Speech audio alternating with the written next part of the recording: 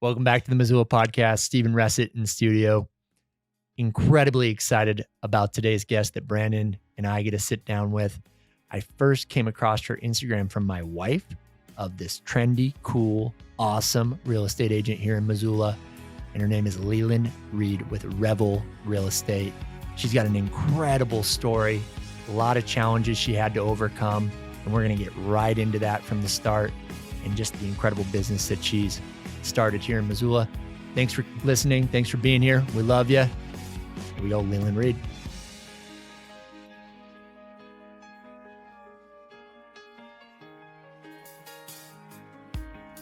Leland, when you were like the smallest of smallest little girls, did you dream one day of being a real estate agent? I did not. No. Okay. No, that's a really, really good question. It brings tears to my eyes. That is so funny. I was going to ask, like, have you watched Selling Sunset? But no, I actually haven't because I feel like it's so... Real estate is portrayed as this glamorous, beautiful job. And some days it cannot be. It's definitely not always glamorous. So Stephen asked about... Well, I wrote down in my elementary school yearbook that I wanted to be a killer whale trainer, which is so controversial now. Like SeaWorld? I don't even know. I know, right? You can get canceled for that. I know. Everyone's going to delete this right away. It wasn't controversial at the time, and I was just a little girl, but I loved animals, and I wanted to be with animals and be. So then I went down the vet road and all that stuff, and none of that happened, obviously. But yeah, that was my childhood dream. Where did you grow up? I'm originally from Atlanta, Georgia. Oh, wow. Okay. Yeah, I've lived in Atlanta, Chicago, Alaska, Salt Lake City, a little bit of time in New York. What else am I? Montana. So I've kind of been all over the place. Is that commitment issues, or were you military family, or? No, it's just my life story. You just love to move? Or opportunities? Opportunities, moving. My husband took me some places when he was in residency, in medical school, hence Alaska. Chicago, my parents got divorced when I was young. I think I was about 14 when it was official. Really hard time in my life. And we all moved to Chicago to be closer to my mom's family. And so that's where my Chicago roots happened when I was in high school. I moved when I was a sophomore in high school. So coming from Atlanta to Chicago, what was that transition like? Did you hate it? Oh my gosh. I walked into my high school, first of all, and I had the thickest Southern accent. Like, hey y'all, my name's Leland. Like I'm new here. And everyone was like, who is that? Can you do the rest of the podcast? Yes, I can. That accent? Just like this little innocent Southern belle that had just gone through something very traumatic. Right. And you didn't want to stand out. Right. When you're a teenager. Going from one high school to another, one high school where I had grown up with all those kids my whole life, and then going to a new high school that was in Naperville, which is like the top 10 safest areas outside of Chicago in the world, I guess. It's like very, posh. I don't know what word to use. It's very snobby. I was kind of coming from nothing. And so all my, everybody drove Mercedes to school and BMWs. And my mom barely had $1 to her name. So high school, sophomore, junior, and senior year was probably the worst experience of my life, but also made me who I am today. I'm very grateful for the hardships I had during those times.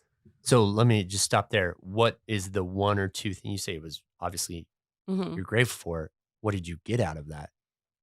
Strength and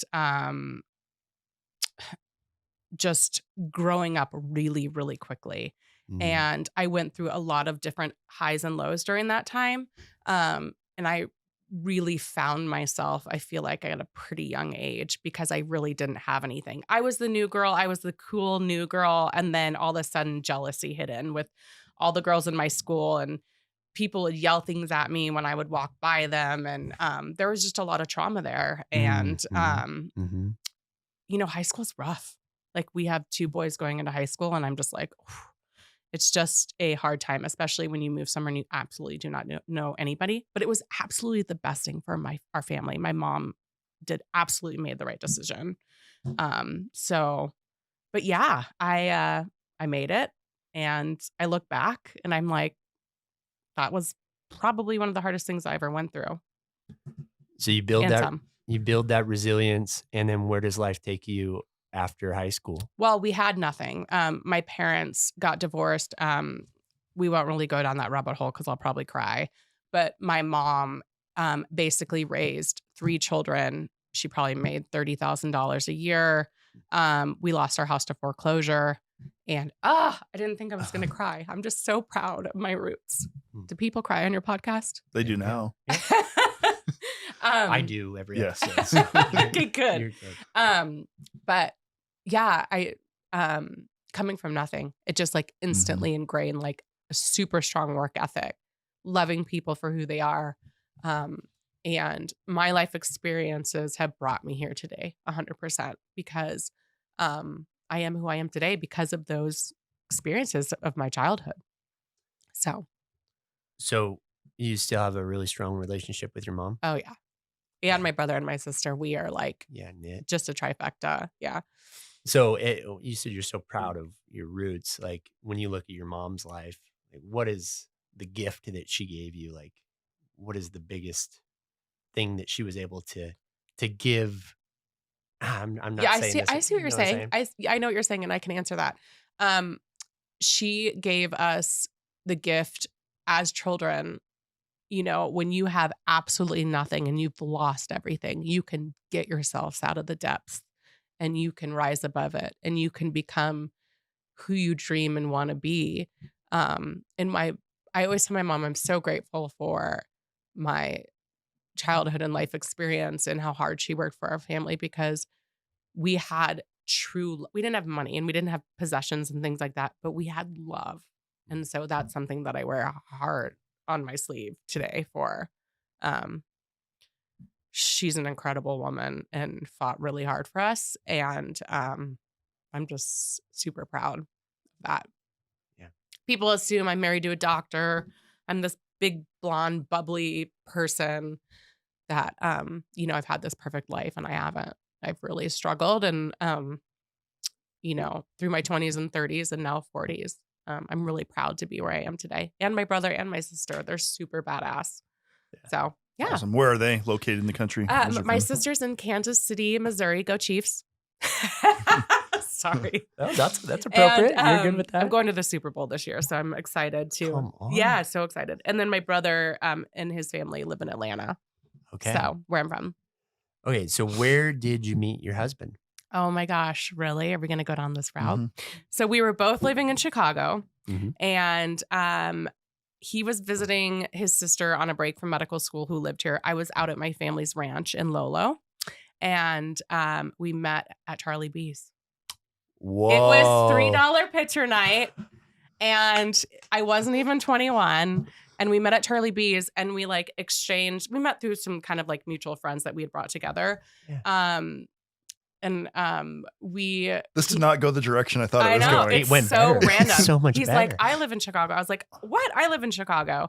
And so we went back to Chicago, and long story short, almost 17 years later, we've been married for. Yeah. Dang. So you We went should back- be on the wall at Charlie B's. Yeah. Seriously. Yeah. The we black need and to white portrait. Yeah, we need to get on the wall. Oh, a Missoula podcast love story. amazing. I love that. So you guys go back to Chicago, and then there's a bunch of school after that. A bunch of school. My husband, I went through medical school and residency and then surgical residency with him. And so he finished in Chicago. I was working kind of like in the fashion industry and hair industry, doing really well. Like I supported us throughout all of his medical school because he was just such a poor medical student. And Do you remind him? You remind him of the good old days? I do. Good. I Good do. for you. I do. Absolutely. He doesn't seem to remember, but I'm like, I paid for all the meals. Anyways, and then we moved to Salt Lake City for his residency. And that was totally a crazy experience and awesome. I love Utah. Amazing skiing, amazing food. You know, the Mormon culture there really brings a lot of flavor to that city. Yeah. I'm not Mormon personally, but I had the most incredible experience. It was awesome. So Great skiing. when you guys are in Salt Lake, obviously Montana was on your map. Was that always the plan to try to get back here? Always. So my husband did his undergrad here. Okay. And so my family's ranch was here. I was a mountain girl. Like ever since I was a little girl, I always wanted to move to the mountains. I felt free, probably from my, I don't want to say trauma from my childhood, but like from my upbringing, I felt so free in the mountains, and I loved the fresh air, and I loved horses, and I'm an equestrian. So that kind of brought some to it.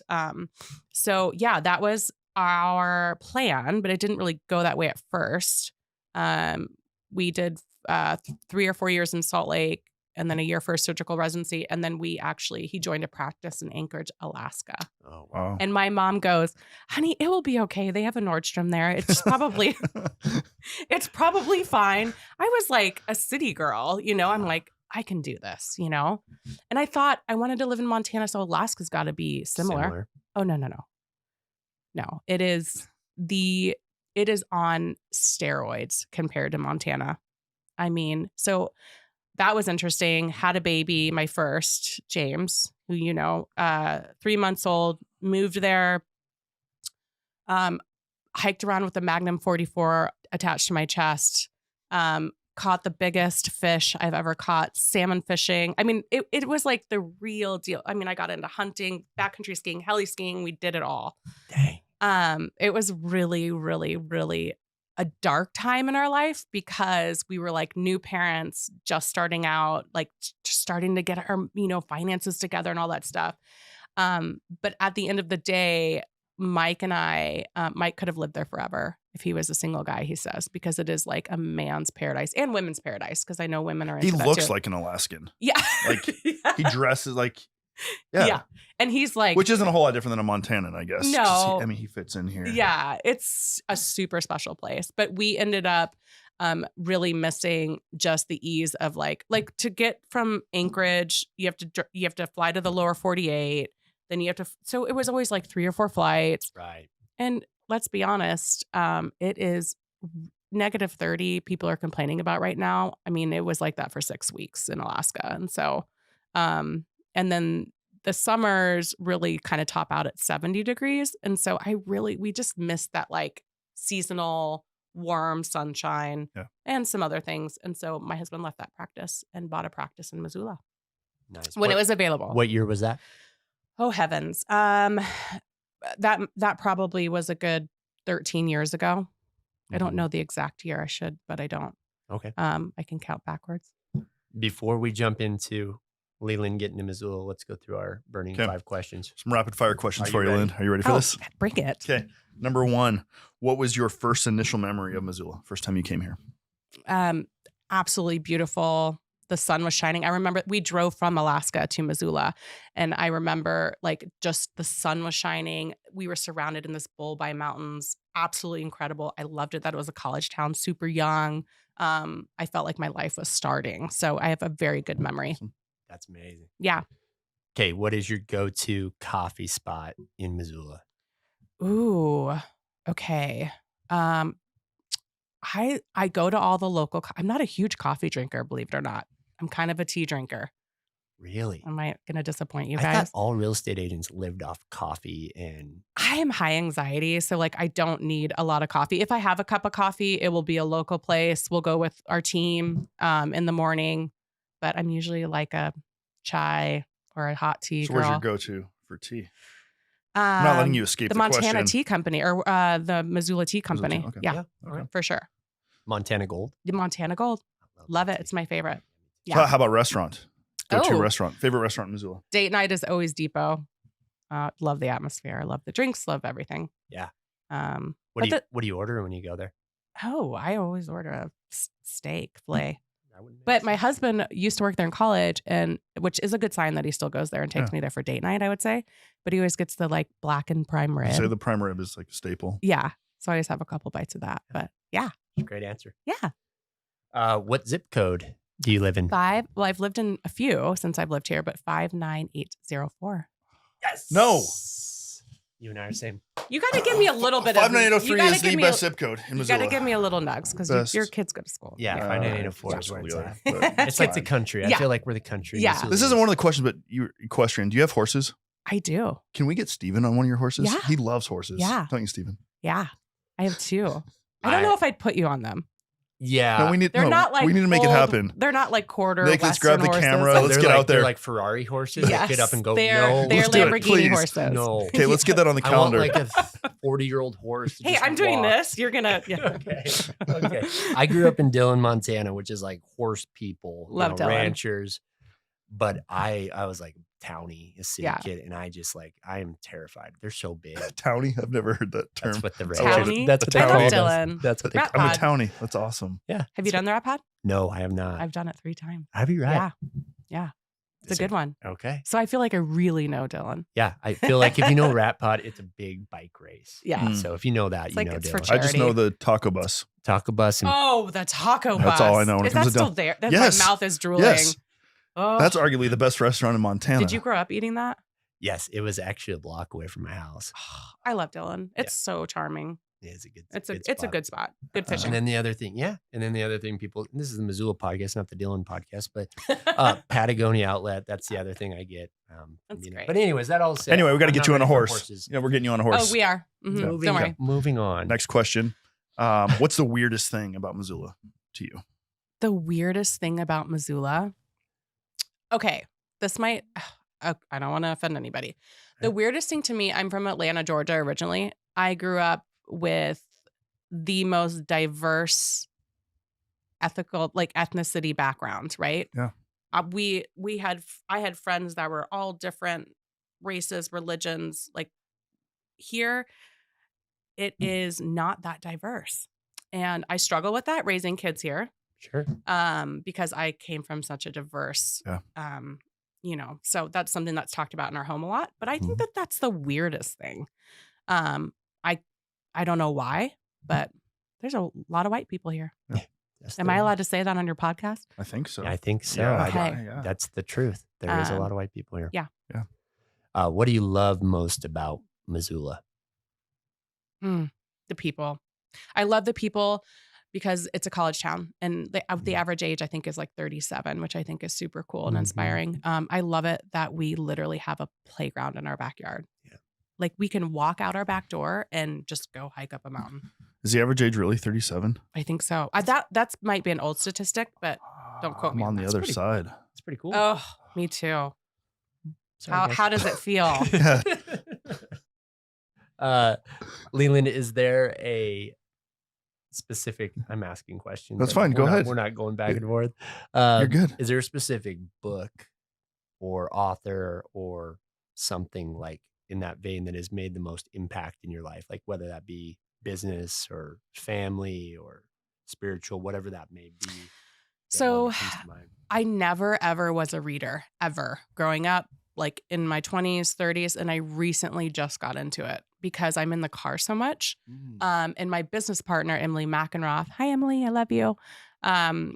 She is very into reading and like self-help books and all this stuff. And let's be honest, I'm in my 40s now, and I'm like, okay, what now? Like I need, So I've been doing a lot of Audible when I've been driving. I don't offhand specifically a book. I love self-help books. I love like real documentaries, anything that I can relate to. This isn't one of our questions, but have you thought about writing a book, a self-help book? I mean, you have faced adversity, challenges, have overcome so many obstacles. Have you thought about? I already have the name of my book. Yeah. Do you I don't know if Do you want to reveal it now or do you want to keep it? Yeah. Well, so no, yeah. I it's something that I've thought about. I'd probably have to have a ghostwriter because my brain is always like so crazy to actually compartmentalize it in a small book. I think would be hard, but not so cookie cutter. And what that stems from is my life growing up and all the struggles and challenges I had and my mother had and my brother and sister and my dad and his drug use and all that stuff. And then really transforming our lives into not a cookie cutter life. We're not perfect, but a life that we are super proud of. And so I live my life and I want to be relatable to young girls, young boys, that are also struggling and that it's okay on the other side and you can get through it. I love it. So yeah, I don't know when I'm going to write it or when I'm going to have time. Maybe when the kids are in college, but We're going to, obviously this is recording. We're going to save this. We're going to send this to you and remind you every year sweet. to I write, like to it. write your Write the book. book. Thank you. Yeah. Thanks. Okay. Thanks. So we are up to, you get from Alaska Mhm. to Missoula. Is that when your real estate career starts? It is not. So I had another baby, my second William, and I did the mom thing. I still do the mom thing, of course, but I just my whole life was put into those two boys when they were babies. And my husband's medical practice, he needed some help, kind of like on the creative side, the billing side, the management side. Right. So I dove into that, and I did that for about 7 years. And that after that, when my husband had his, his feet on the ground, that is when I was like, okay, it's my turn. So I lived the first part of our marriage, taking care of our boys and really helping him start his career. Yeah. And then why real estate? I was totally that little girl. This sounds maybe a little creepy and cliche, but I was totally that little girl that like rode my bike just at dusk through neighborhoods. And when the lights would come on in houses, and I would like peer through people's windows, not because I'm creepy, That's so creepy. but it sounds so creepy. But I would love, when I say peer, look through Yeah. people's windows. I loved architecture. I would stand in their yards and Yeah. Okay, now. Be nice, Brandon. He's the mean one. I love it. You obviously. can be mean. I'll give it back to you. I loved like, what people did with their homes, architecture. I loved how they decorated them. And I think a home is such a sense of security. And it was for me. Mhm. And so that's one thing I loved. I've always loved architecture. Always. Never wanted to be an architect though. Mhm. And then, yeah, so that's kind of, as a little girl, that's kind of where it transpired.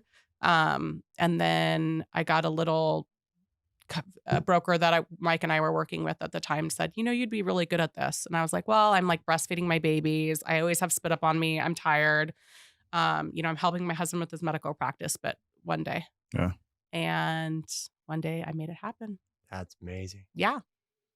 What was the biggest challenge when you got into it other than trying to run your family? Like in the beginning, Yeah. what was the uphill battle? Well, just like any sales industry, it is perceived as so glamorous. And I think that's why a lot of people get into real estate, but it is really, really tough to get your foot in the door.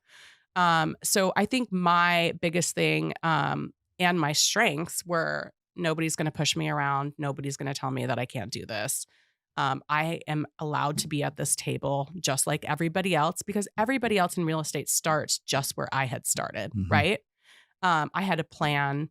I literally walked into my first day, opened the door, and I was like, "Hey, I'm Leland." Like, and everyone was just like, "Hey," typing on their computers.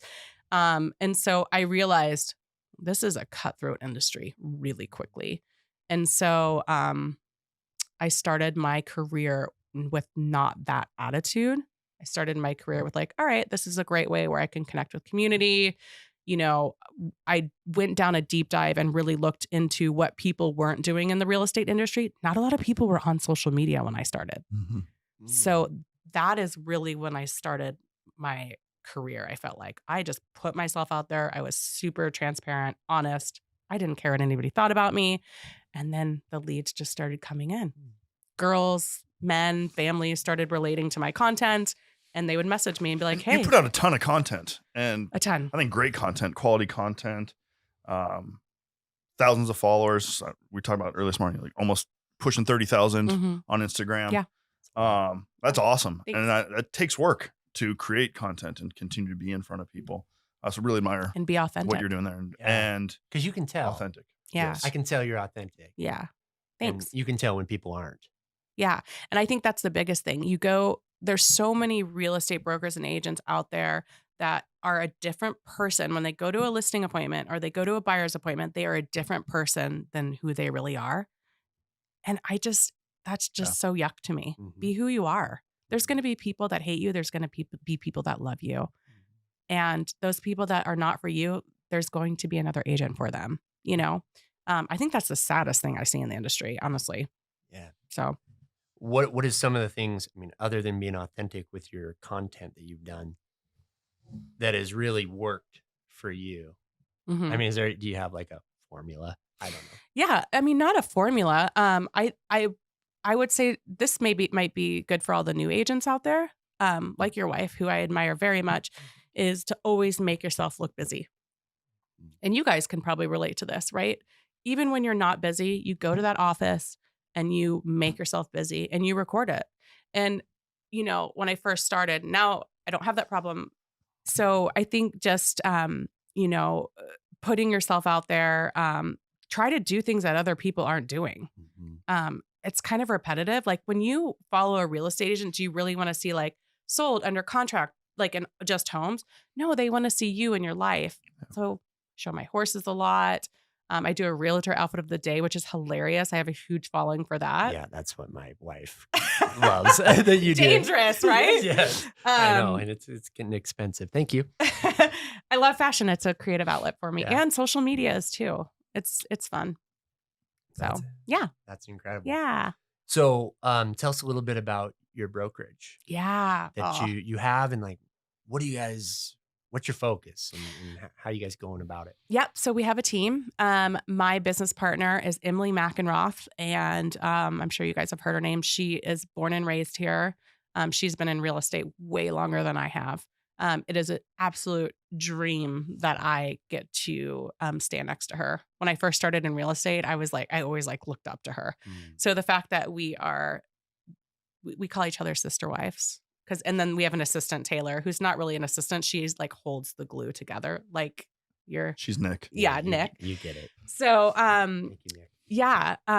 First of all, I want to say we're a new team. We've been a team for a little bit over a year. I think everybody wanted to see us fail, and it is not going to happen. We are sisterhood. We are all very different. We all bring something to the table.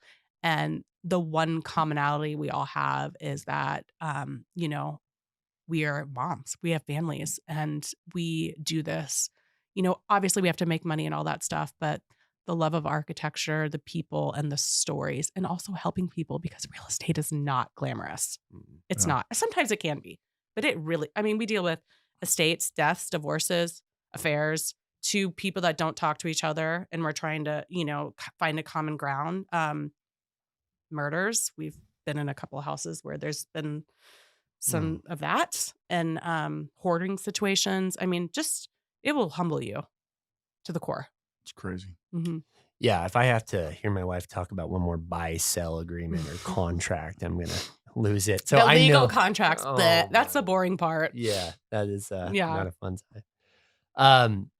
I love what you guys are obviously doing, and it sounds like you're getting some things going a year in. That's exciting. I'm wondering, your love of design that got you in, have you been able to really see that through in what you're doing in your business, or is that something that you want to get into more as you go on? That's a great question. I think, during the summer, we work 12-hour days. We wake up at 7 a.m., 6 a.m., get the kids, off to what they need to go to. And I get home at night at 10 or 11 at night some nights. And so, with that being said, we try our best to incorporate things that we're also good at. So we do stage our houses that need to be staged, because there are statistics out there that say if a house is staged, or if a little accessory is here or over there, it will sell faster and for more money. So, we're all in. We have a little warehouse that has furniture in it, and it's kind of a huge pain in the butt because we haven't hired anybody yet to like actually bring the furniture over. So our good old husbands, and we got our trucks, and I've used my horse trailer before, and it's quite fun, but a lot of work, work to furnish a house. I really like and admire how you're using your story. I mean, for you as a kid, home was a safe place. Yeah. And how your story really is all your marketing today. Like, you're not just trying to sell another home, you're selling safe places. Yeah. I think that's really cool. Well, and I think, and I really appreciate you saying that. And I think, finances and money will come if you just put you put your heart into something, and you don't think about the money. The money will come. You just take care of the people. Yeah. Man. Yeah. I as you look back over your story, and Brandon alluded to, that security that was missing in your childhood, and now you're helping people get security, and you love homes. Is there any other like life lessons that is going to be in your book. Obviously, I don't want to ruin that. That has really helped you and your husband just build this life that maybe you didn't even think was possible at one point. Maybe you'd given up hope on. Absolutely. I mean, I think coming from absolutely nothing and having to build a work ethic and having to have relationships and having to, have this commonality that when I go into a trailer, let's say, and, I'm selling a trailer home or selling something like a hoarding situation, I get it. I can relate because I didn't come from two perfectly married parents that made millions of dollars a year. So I think that's one thing that Mike and I have always, really kind of grasped around. And as parents too, taught our kids that you got to work hard. Yeah. People always ask me, you're married to a doctor. Why do you work? I'm like, because that is ingrained into my body. Yeah. Giving back. Yeah. And you watched your mom, like that's what moms do, yeah, right? And she just retired. I'm so happy for her. Congrats. She's remarried and has an amazing life now. But she married a doctor. An attorney, actually. Oh, wow. But she just retired. I'm so proud of you. That's Love awesome. you, Mom. Yeah. What's next for Leland? What's on the horizon? What are your new goals, dreams, aspirations? Yeah, I love that. Thank you. I work-wise, Emily McEnroth and I have something very powerful, and we have so many goals, but they're not financial goals. We came from a place where, you need to do better, you need to sell more, and it just beats you down after a while. Yeah. And I'm sure you guys can relate to that after what we talked about. And so our goal is to continue to do what we love, and that's sell a load of real estate and also be there for our families and not miss a wink of our kids growing up. Come on. That's awesome. Love it. The great thing about Emily and I, if her kids are sick, I'm like, girl, I've got you. If my kids are sick, girl, I've got you. Or I need a week vacation, I've got you. So our partnership is really, really special and admirable, and we're in it for the long haul. And we just want to keep, helping people in Missoula and, moving forward with that. So. Yeah, I'm so glad you said that and refreshed to hear that, because the little that I've seen into the real estate world, I know it's a grind. And there's also this pressure of work 70-hour weeks, work 80-hour weeks, work 9. And that's, you definitely have to do that. But I've seen a lot of agents do that at the cost of their family and not spending time with their kids. Sure. And you're building this big, huge empire. And then you forget that you kids grew up and didn't have a relationship with their dad or mom. So I just want to say thank you for doing that, Thanks. and for modeling that specifically for my wife, who's new to the industry. You do model that well. Like your social media, we talked about a minute ago, the authenticity. I know a handful of agents that their social media is, they're living the life, but I also know them off of social media. They're not living the life. And there's others out there that genuinely care about their families and are invested in doing things right. But I think you model that so well. And earlier you said something on the lines of, hey, maybe young agents can learn from this. My hope would be the one thing I hope young agents can learn is the work-life balance of understanding you've got a family and you're a mom or a dad. And they have room at the table. That's the biggest thing. I love that you said that. You have a seat at the table and everyone's welcome. In my eyes. It's huge. I sold, it wasn't last year, but the year before, I sold around $40 million. And I closed on Missoula's biggest residential sale to date still. It was listed at $16 million. I was going to ask you, what's the largest sale you've had? Yeah. 16 million. I guess we can dive into that. Yeah. 16 million. Yeah. That's so awesome. It's kind of a cool story. I don't know how much time we have. I know. But I actually got a listing appointment for this listing. It's 106 acres between Patty Canyon and the South Hills. Kind of, if you look up there, it's all that bare land. And I had a listing appointment for it. The family was ready to move on. They had they're from Missoula and wanted to move to another state. And I lost the listing appointment. And I was devastated because I had strategically, knew everything about this property. I studied it for 2.5 months. So when I lost the listing appointment, I was like, screw that. I'm going to sell it. And so long story short, I believed in myself and I went after it and I sold it. I represented the buyers and now it is about a $270 million development. Wow. Yeah. So it took a year and a half to close. So I worked on it for a year and a half. My buyers are the most incredible people in the entire world. They're so smart. They're amazing. They want what's best for Missoula. I got a lot of hate when I sold that and it came out. But it was when that housing crisis happened and we didn't have any housing, and they're going to do some amazing things. And, I'm so proud of them. I just adore them. So it's been fun. And then Emily and I have another development, Freestone Homes, Montana, which is off of Kona Ranch Road. And that's another 200,000 or 200 million plus development. So you guys got some big things happening. yeah. And they're long-term. They're like 10, 15, 20 years. Like think about like 44 Ranch or the Ranch Club, right? So Do you prefer working on those? I know because obviously the premium's higher. Premium, that's not the right word. That's what we use in our industry. The sale price is higher, but all the stress that goes into it and how long that goes? Or do you like the quick, simple? We do it all. We like it all. I feel like someone right now, her husband's on a podcast saying like, I married a real estate agent. Like it used to be we married doctors. Now it's like, no. Totally. And we both bring so much to the table in our family, but he's like, it's really cool because he can take a day off and go fishing or, Right. Yeah. It's not all How much are your kids involved in the two businesses and learning how business operates, learning about the future? I think this thing, which is the biggest thing for all kids, is seeing their parents hustle and work really hard. Yeah. Like, Mom, can you pick me up from school? I'm like, no, we live 4 blocks. You can walk. But Mom, it's cold. I'm like, sorry, I'm at work, But with that being said, we have this like back to work-life balance. We hustle during the day and then we have a family dinner every night and we are there for our kids. But to answer your question, I kind of tend to go off on tangents. Absolutely. I mean, they know what we do.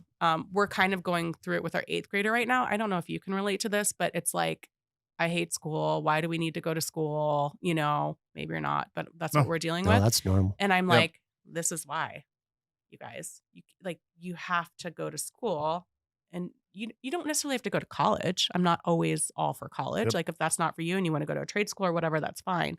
But this is where you need to be right now in your life. And we did it too. So. Wow. Well, Leland, you were incredible. If our listeners want to learn more about your brokerage and your life and how you do business, where can they find you on the socials? You can find me anywhere and I'll be there for you. My social media is at Montana Dream Home. Same with Facebook, which Facebook I feel like is kind of dying a little bit. It's for old people. That's what I'm told. My kids. I know. That's us. I still like it too. That's us. I know. And then my cell phone number, call me. Any real estate needs you have. Hey, if you need me to feed your horses for you because you can't get off work, I'll go do it. 406-207-2727. And my business partner is at Selling Big Sky, Emily McEnroth. I don't know her number by heart, but I love it. I don't even know my wife's phone number by heart. Honestly, I don't think I know. It's just programmed. Everything is programmed. Yeah, I don't. Why should we? Do you know Kaylee's number? And she makes Kaylee. She lets me know about it. No, too. She knows mine. I'm in the same boat. Yeah, I know. My wife knows mine. I'm in the exact same boat. Totally. It's funny. No, Leland, thank you for this. My 2 takeaways are: 1, for your well-being, we need a Nordstrom in Missoula. Mm-hmm. And number 2, we're gonna get Steven on a horse soon. Yeah. What about you? Oh, no, this isn't about me. This is about. Oh, okay. This is about you two.